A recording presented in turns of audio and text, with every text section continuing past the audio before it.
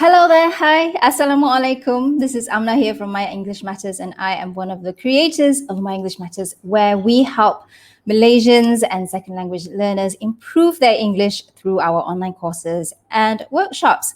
So if you are watching me, say hello to me, because today I am going to be sharing with you how to improve your listening skills. And I have 7 tips. So if you're watching, say hello, tell me where you are watching from.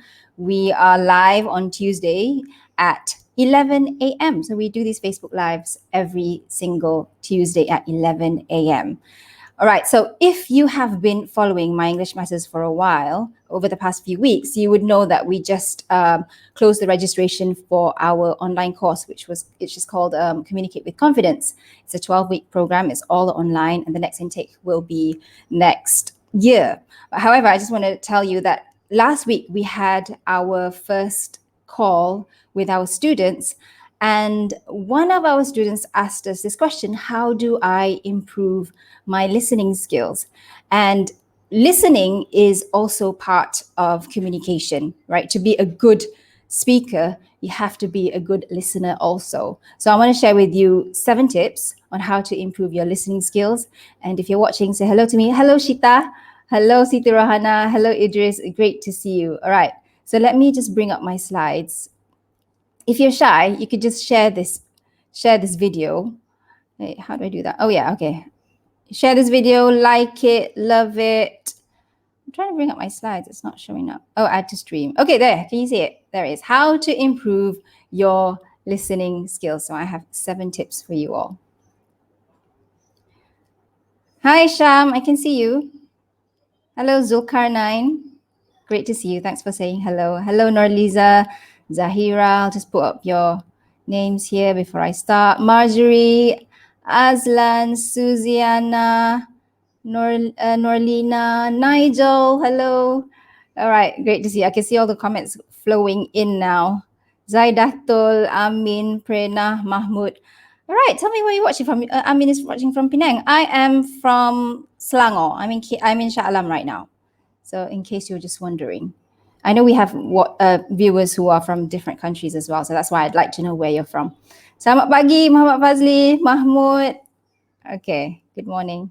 Naliaza, Waalaikumsalam. All right, let me get to the presentation now. How to improve your listening skills. Right, my first tip is number 1. Visualize what the speaker is saying. So I just want to share with you a little story about listening. I am more of a visual learner, so I like to see things rather than listen. So when I listen, I tend to get sleepy. So if this is you, you're not alone. You're just like me. I tend to get sleepy if I'm just listening. So what you can do to help you to improve your listening skills is when you are listening to someone speak. Say if somebody is presenting in a meeting or they're on stage, what you can do is visualize what they are saying. So if they are sharing a story, try to put yourself in the shoes of that listener, or try to put yourself in that story so that you are watching it like a movie. And this will help you become a more engaged listener as well. It's your role as a listener to actually be engaged in the story, right? It's easier when the person that's speaking, they're a trained speaker. It's a bit harder when that person is not a very skilled speaker. But do your best to visualize what they are saying, what they are sharing, to try to put things together. If they're telling this story, try to, in your mind, tell yourself, okay, how does this story relate to this point, right? That's how you keep yourself engaged to what they are saying. And that can improve your listening skills. Number 2, my second tip, ask clarifying questions. What I mean by clarifying questions is that when you are in a meeting or you are in a discussion or you are having a conversation with someone, you can ask the speaker to explain themselves or to elaborate more. Or if you don't understand something, you can ask them to repeat what they said or to rephrase it in a different way. So it's your role as the listener to understand what they are trying to say by asking them questions. So there are 2 types of clarifying questions that you can ask. You can ask questions that are open-ended, open clarifying questions. So this would be questions like, can you elaborate on that? Or I'm not sure what you mean by that. Can you rephrase it? Or can you say it in simpler terms? So those are the questions. Those are the open clarifying questions that you can ask them to clarify, so that they can clarify what they mean. So clarify means to make something clear. Okay, if some of you don't know what clarify means. Another type of clarifying question that you can ask is the closed clarifying question, which is more about you summarizing what you understand and saying, is that right? So, for example, you could say, I understand that blah, blah, blah. Am I correct? Correct me if I'm wrong. So if you say, am I correct? They would say, yes, you're correct. Or if they say, no, that's not what I meant, then they would re-explain what they wanted to say. So they would reiterate again. So there's open clarifying questions and closed clarifying questions. And one thing that I notice is that when somebody is speaking, a lot of us, we feel like we don't want to interrupt them, but asking these clarifying questions is good, because I'm sure most people, when they are speaking, they want their listener to understand what they're saying, especially if it's something that they are passionate about or something that's really important to them. So it's important for the listener to understand them. So don't be shy to ask questions if you are interested in what they want to say and you want to understand them. Don't feel guilty about asking questions. All right, so that was my tip number 2. Hello, Siti Khadijah, Rosmarina, Abu, Waalaikumsalam. Crystals from Paka, Terengganu. Bonda, Abu Muhammad, Don from Cheras. Okay, right, let's go to my tip number 3, which is repeat or mirror what the speaker says. So I just want to share with you a short story about when I was working. I used to work at a telco company, a telecommunications company. If you are from Maxis, say hello. I was at Maxis. And I had this friend. We would be sitting we sat in cubicles in the office. And my friend, she would sit along the, where people walk past. So they go to the pantry and they walk past her. And every time they walked past her, they would say hello to her and they would share their life stories and they share their problems with her. And this person, my friend, she was a very warm person, a very likable person. She was friendly. People were drawn to her. And I was wondering, why are all these people drawn to her? Why do people want to talk to her? And then as I was intrigued by that, and the closer that I became to her, she became a close friend, I realized that she tends to repeat or mirror what the speaker says. So, for example, when we share, for example, this is just a make-up sentence that I've just thought of now. Imagine if I said to this person, I am going to make chicken curry today. I love chicken curry. And then she would say something like, you love chicken curry. So she would just repeat or mirror the last sentence that I said. And that made me feel like she was listening to me. That made me feel like I was being heard by her. And that was one of the techniques. I'm not sure if she realized it, but it was one of the things that made her a good listener. She would repeat whatever the person said. It made me feel like I was being heard. And it also helped her as well to empathize and to internalize what other people were saying by repeating or mirroring what the speaker was saying. So that helps. Especially if you're in a conversation or in a discussion, it helps for you to repeat what that person says.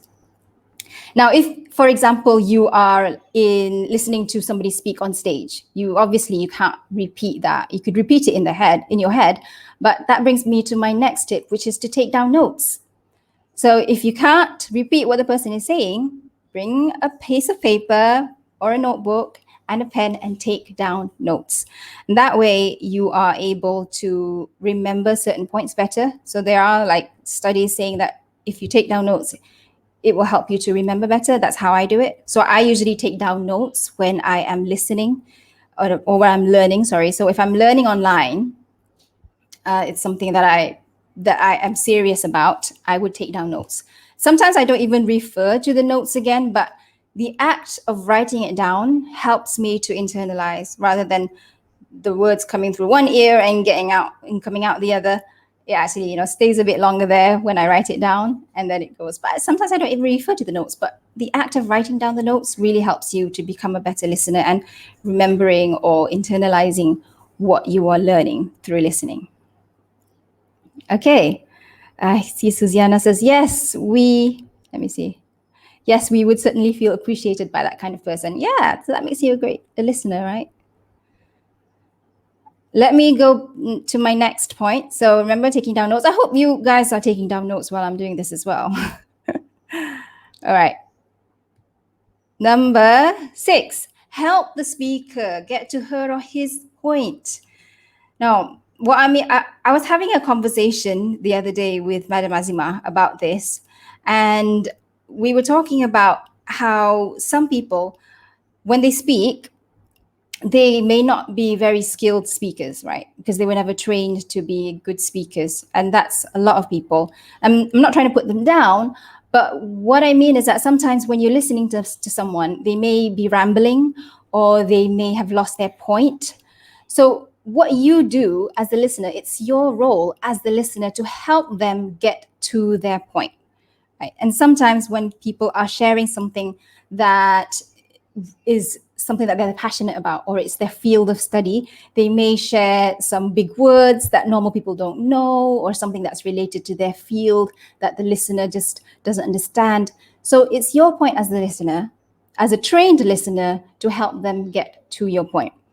So you could say, you could ask them questions like, so how does this relate to what I'm doing? Something like that, right? So you help them relate their content to what you're doing, or relate their content to what you're going to do next, the action steps that you're going to take. So it's actually related to point number 1, which is ask clarifying questions. But number 5 is like you're helping them get to their point. So if they're rambling, then you could say, so your point is this. Am I right? Right. So sometimes people, when they're speaking, they get very excited or they don't notice their audience. And so they tend to ramble on. And sometimes they do appreciate the listener to help them get to their point. So say, so what you mean is this, right? And then the speaker will be like, yes, that's what I mean. So I can stop rambling now because I know that you understand what I'm saying now, right? So number 5 is help your speaker get to her or his point. Because not everybody is a trained speaker that they know their structure, they know their frameworks. It's your role as the listener to get the point that they're trying to convey to you. Okay? Ainun says, let me see, show it. Take down notes as an old Chinese saying, the weakest ink is better than the strongest memory. Oh, that's a nice one. I've never heard of that quote before. Thanks for sharing. Okay, Zahira says, I am taking down notes. Okay, great. Shami says, scared that they may get offended. If you are really interested in what the person is saying, if you ask them a question in a nice, constructive way, not in a way that is hostile or trying to attack them, they will feel better about it. They won't feel offended, right? So you have to watch how you say your words as well. Try not to sound like you're attacking them, more like, I understand that you want to share this, and then ... So you are actually acknowledging what they say as well. Okay, let's go to my next point, which is number 6. Empathize and don't assume anything. So if somebody is sharing with you their idea, or they're sharing with you an experience that they have, it could be sad, it could be happy, listen to them. Try to understand them. I'm not sure if you know what some of you may not know what empathize means. Empathize is to understand someone and to try to put yourself in the shoes of that person, right? So you understand them. It's different from sympathizing. Sympathizing is when you feel sorry for someone, but empathizing is actually trying to put yourself in the shoes of that person and trying to see it the way they see it. So when I say empathize and don't assume anything, when you're trying to understand someone, You are not imposing your thoughts, you're not imposing your experiences or whatever expertise that you have onto that person. So you're actually listening to them, trying to understand their point of view. So this can apply in conversations. It can also apply in presentations. So how many times have you done a presentation and somebody like raises their hand and tries to question you? So obviously that person is not very empathetic. They're not trying to understand what you are trying to convey. Okay, so do your best to try to understand them before you impose your feelings, your thoughts on them. Don't assume anything and try to. The more that you understand people, try to understand them, the better of a listener that you are. And people are more open to share with you if you empathize and don't make judgments on people. Mahmoud says, when can I interrupt a speaker with my question? It depends on the situation. So if it's a person who is giving a speech, right, it may not be appropriate for you to interrupt. If it's like an open discussion and you see that a lot of people are sharing as well at the same time, then maybe it's okay. Or maybe if the person says, you can only ask questions after the session, then you've got to respect that. So it depends on the situation. If you're having a conversation, then it's fine to interrupt anytime. Sometimes we feel guilty to interrupt, but it's at your own discretion to know when it's okay to interrupt. But if you do interrupt, there are phrases actually that there's a Facebook Live session that I did a few months back about phrases to use for interrupting. So I hope you can go back and you can go to our blog and find that blog post and that video where I share phrases to use to interrupt someone. So I hope that one is helpful. Okay, Madam Asma says, love being around people who do number 6. Don't we all? Okay, let me see. Do I have any other questions? All right, no. Okay, let me go to my last tip. Zamani says, but let the speaker finish their sentence. Yeah, let the speaker finish their sentence. But what if that person talks really fast and they actually never finish their sentence? I think you do have to stop them. I know a few people who they talk, their sentence doesn't seem to end. So what you can tell yourself, like, okay, I think she's coming to an end on this point. So I think it's okay for me to interrupt, right? Yeah, because when we're speaking, we don't really have full stops. We're just connecting one idea to the next. But just find yourself, okay, maybe this point has ended. I'm going to cut her off here. I'm going to ask her a question. Example. All right, number 7, my last tip, practice listening. So how do we practice listening? By listening all the time, right? The more that you listen, the better of a listener that you can become. It's just like speaking. The more that you speak, the better you will be at speaking. And the more that you write, the better of a writer that you'll be. So practice listening. And an additional tip on how to practice listening is, like I mentioned at the top of this Facebook Live session, I said that I am a visual learner. So you could be an auditory learner. Auditory means hearing. You could be a visual learner, so you like to see things, or you could be a kinesthetic learner. So there are 3 types of learners. I'm not an expert on this, but if you do know, I know that there are 3. There could be more, but I saw that there's 3. There are 3. Find out what kind of a learner that you are. I'm a visual learner. So if I'm just listening to something, I tend to get sleepy. So I think I've shared with you guys before that when I'm listening, when I want to take a nap or I'm really tired, I need to sleep, I turn on the radio, I turn on a podcast to help me go to sleep. So for me to practice listening is that I have to listen while I am doing something, right? So while I'm cooking, so I turn on my podcast so that I am practicing listening while doing something. Or if I am watching something on TV, if I'm reading, then I will turn on the audio of it. So it could be like an audio book, not just listening to it. Because when I'm watching a video, I tend to just look at the subtitles or the captions.